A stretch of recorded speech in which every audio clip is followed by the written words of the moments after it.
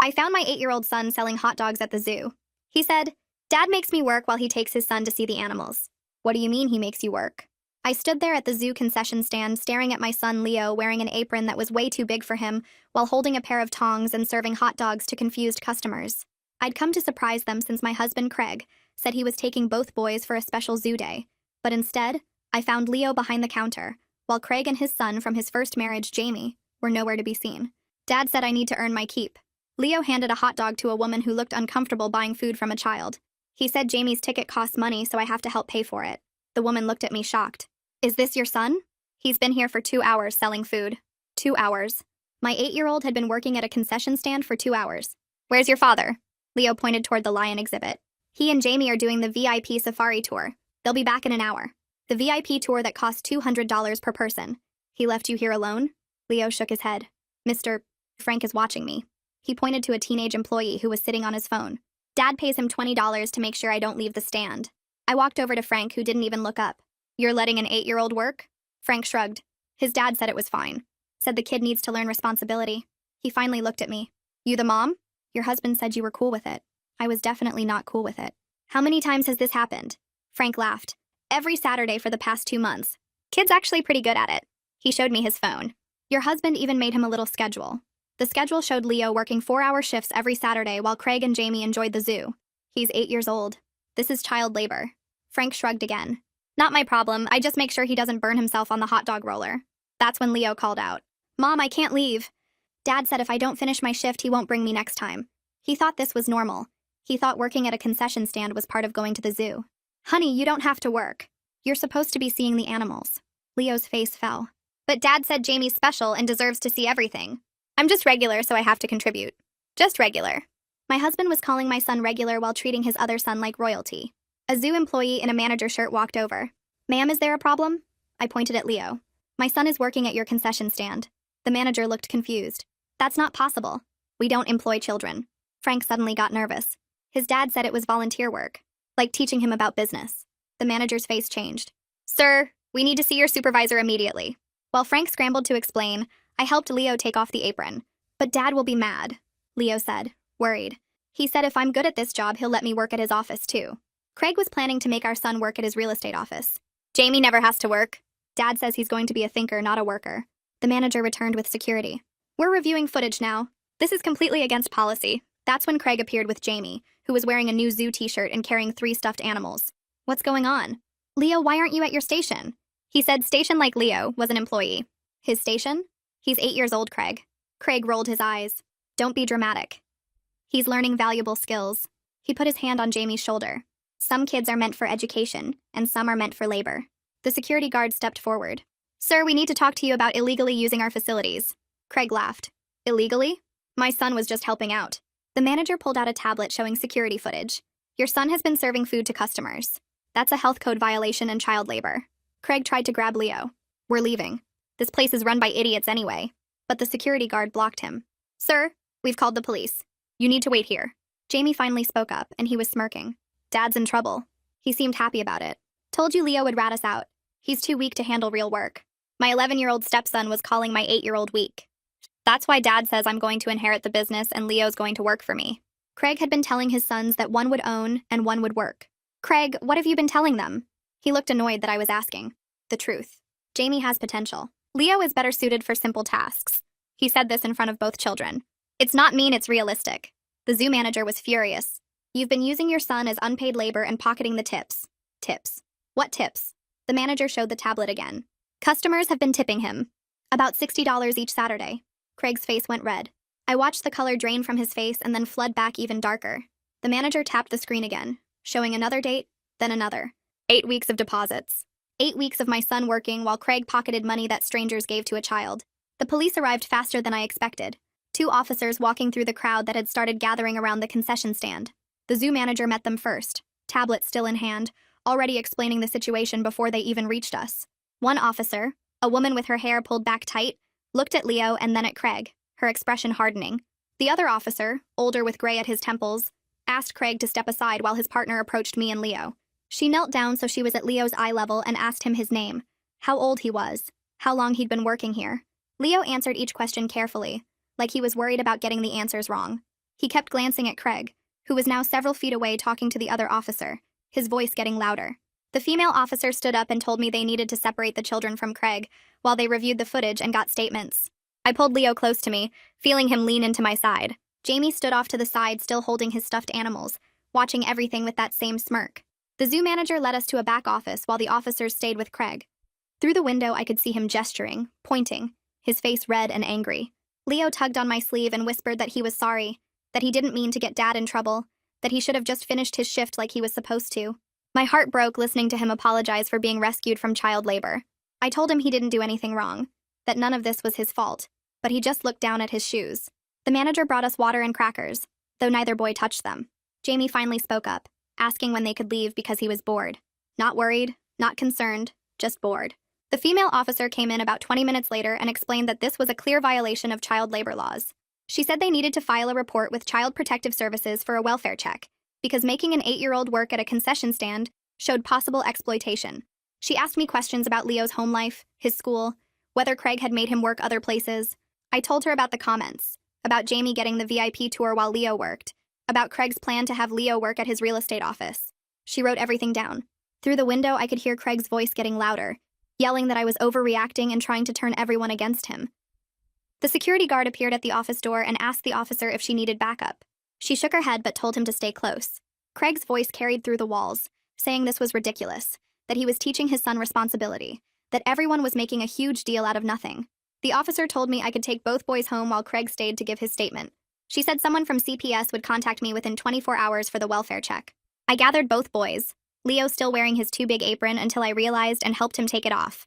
We walked past Craig, who tried to grab my arm, but the officer stepped between us. He shouted after us that this was all my fault, that I was poisoning Leo against him, that I was going to regret making a scene. The parking lot felt too bright after the dim office. I buckled both boys into the back seat, Leo on one side and Jamie on the other. Jamie stared out the window, arms crossed, bottom lip pushed out. Leo kept asking if he was going to get in trouble for leaving his shift early, if the zoo would be mad at him, if Dad would be okay. I tried to reassure him while navigating out of the parking lot, but every word I said seemed to bounce off him. He'd been so thoroughly convinced that working was his job, that earning his keep was his responsibility, that he couldn't hear anything else. The drive home took 30 minutes and Jamie didn't say a single word the entire time. Leo asked the same questions over and over in slightly different ways, each one revealing how deeply Craig had damaged his understanding of what 8-year-olds are supposed to do. When we got home, I sent both boys to wash up and change clothes. I stood in the kitchen gripping the counter, trying to process what had just happened. My husband had been exploiting our son for months, not just asking him to do chores or help out, but actually making him work a job while stealing his tips. I needed to see proof, needed to confirm what I already knew. After I got both boys settled with snacks in front of the TV, I went to our home office and pulled up our bank statements. I started with the most recent month and worked backward. There it was. Every Saturday for the past 8 weeks, a cash deposit of $50 to $70. The amounts varied, but the pattern was clear. I went back further. 3 months, 4 months. The deposits went back 6 months. Different amounts, but always on Saturdays. Craig had been doing this even longer than the zoo manager knew about.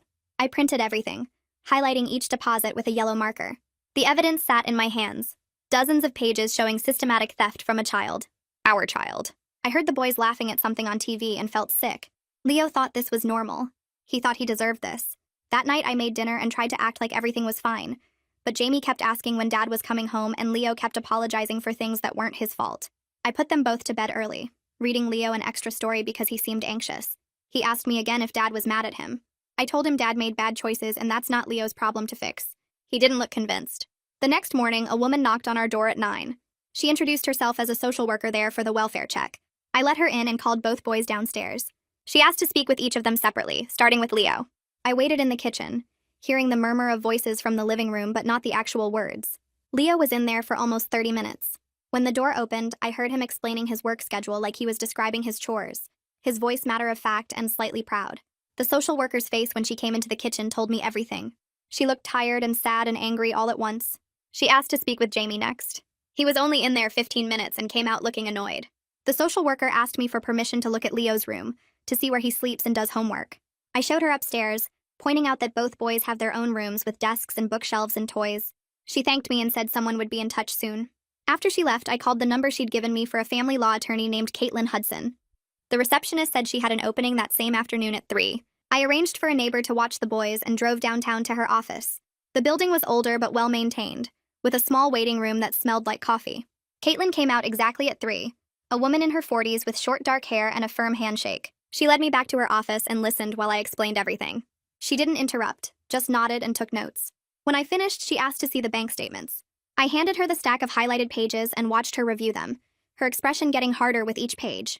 She looked up and told me bluntly that Craig's behavior showed a pattern of exploitation and psychological abuse that went way beyond one incident at the zoo. She said the bank statements proved financial exploitation, the security footage proved child labor violations, and Leo's own words to the social worker proved emotional abuse. She explained that I needed to document everything, starting immediately. She wanted a detailed account of Leo's daily routine, any instances where Craig treated the boys differently, any comments Craig made about their futures or their worth. She said to write down everything I could remember, no matter how small it seemed. I spent the rest of that day filling pages with memories I wished I'd paid more attention to at the time. Craig telling Leo he needed to help more around the house while Jamie got to play video games. Craig saying Leo should focus on practical skills instead of advanced math classes. Craig explaining that some people were naturally gifted, and others had to work harder to find their place. I wrote it all down with my hand cramping and my stomach twisting because seeing it laid out like this made it impossible to pretend these were isolated incidents. This was a pattern. This was intentional. The next morning, I drove to Craig's office without calling first. The receptionist looked surprised when I walked past her desk toward the back offices. I found Craig's business partner sitting at his desk reviewing contracts. He looked up and stood quickly when he saw my face. I asked if we could talk privately about Craig and Leo. He closed his office door and gestured to a chair. I explained what had happened at the zoo and what I'd discovered about the tip money and the work shifts. His expression shifted from confused to uncomfortable to genuinely concerned as I talked. When I finished, he sat back in his chair and rubbed his face with both hands. He told me he'd been worried about some of Craig's recent decisions. He said Craig had been talking a lot about legacy planning and business succession, and every conversation seemed to favor Jamie exclusively. He mentioned Craig had brought up the idea of Jamie joining the firm after college, while Leo could handle administrative work or property maintenance. I felt my chest tighten hearing this confirmation that Craig's plans went far beyond the zoo. He said he'd been uncomfortable with the way Craig talked about the boys like they were already sorted into categories, but he hadn't realized it had gone this far. He agreed to document any conversations about the boys and provide a statement if I needed one. He said he couldn't support a partner who exploited his own child, and he meant it. I thanked him, and left feeling like I had one more piece of evidence that this wasn't just me being dramatic or overprotective. Caitlin had given me the name of a child psychologist who specialized in family dynamics. I called from the parking lot and got an appointment for the next afternoon. I picked Leo up from the school early and told him we were going to talk to someone who helped kids figure out their feelings. He asked if he was in trouble. I said no. We just wanted to make sure he was doing okay after everything that happened. The office was in a medical building with cheerful paintings on the walls and a waiting room full of toys. A man came out and introduced himself and shook Leo's hand like he was meeting another adult. He asked Leo to come back to his office and told me I could wait in the reception area. I sat there for 40 minutes watching the clock and trying not to imagine what Leo was saying. When the door opened, Leo came out looking relaxed and told me the doctor was nice and had a really cool fish tank. The psychologist asked if I could stay for a few minutes to talk. I followed him back to his office and sat in the same chair Leo had used. He asked Leo to wait outside with the receptionist. Then he turned to me with a serious expression and explained that during their conversation, Leo had casually mentioned several things that concerned him. Leo said he knew he wasn't as smart as Jamie because his dad had explained that some people were meant to think, and some were meant to work. Leo said he was okay being a worker because everyone had to have a job, and his job was to help out. The psychologist said this, so matter-of-factly, that it took me a second to process how awful it was hearing my 8-year-old's internalized beliefs spoken out loud. He told me Leo showed signs of internalized inferiority, and had been conditioned to accept differential treatment as normal and deserved. He said Leo genuinely believed his father's assessment of his worth and capabilities. He recommended therapy sessions twice a week, and warned me that undoing this kind of psychological damage would take time. He said it would be especially difficult while Leo was still living with Craig, and being exposed to the same messages that created the problem. I asked what I should do, and he said I needed to consider whether Leo's current living situation was healthy for his development. He couldn't tell me what to do legally, but he could tell me that continued exposure to someone who viewed Leo as inherently less valuable would make recovery nearly impossible. I scheduled the twice-weekly appointments and took Leo home feeling like I was watching my son slip further away from me, even though he was sitting right there in the passenger seat. That Saturday morning, Craig announced he was taking the boys to the Science Museum. I told him Leo wasn't going anywhere with him unsupervised. Craig's face went red and he asked what I meant by that. I said exactly what I said. He wasn't taking Leo anywhere alone. Craig started yelling that I was poisoning Leo against him and destroying their father-son relationship. I pointed out that he was the one who turned their relationship into an employer-employee situation. He said I was being dramatic and unreasonable and I was going to ruin everything over one misunderstanding. I told him there was no misunderstanding. He'd been exploiting our son for months, and I had the bank statements and witness statements to prove it. He grabbed his keys and said he was taking Jamie then, and I could explain to Leo why he had to stay home. I said that was fine and watched him storm out with Jamie following behind looking confused. Leo asked why he couldn't go, and I explained that Dad needed to understand some important things before they could spend time together like they used to. Leo nodded, but I could see he thought he'd done something wrong. Monday morning, Caitlin called and said she was filing for emergency custody modification and a protective order requiring supervised visitation. She explained the paperwork cited the child labor violations, financial exploitation, and psychological harm documented by the therapist. Craig would be served with papers at his office that afternoon. I asked what would happen next, and she said we'd have a hearing within a few weeks where a judge would decide on temporary custody arrangements. She warned me Craig would probably react badly to being served. I thanked her and tried to prepare myself for whatever was coming. At 4:30, my phone rang.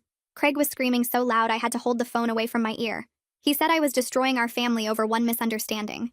He said I was turning his own son against him. He said he'd fight this and I'd regret trying to take Leo away. I hung up and blocked his number and sat there shaking while Leo asked from the doorway if everything was okay. 2 days later, Caitlin called with news from the forensic accountant she'd hired to review our finances. The accountant had found that Craig had been depositing Leo's tip money for 8 weeks, totaling $480. But there were also suspicious cash deposits going back 6 months before the zoo shifts started that might indicate this had been happening longer than we knew. The pattern suggested Craig had been exploiting Leo in various ways for at least half a year. The accountant was preparing a detailed report with highlighted deposits and corresponding dates. Caitlin said this evidence was even more damaging than she'd expected, because it showed premeditation and a sustained pattern of financial exploitation.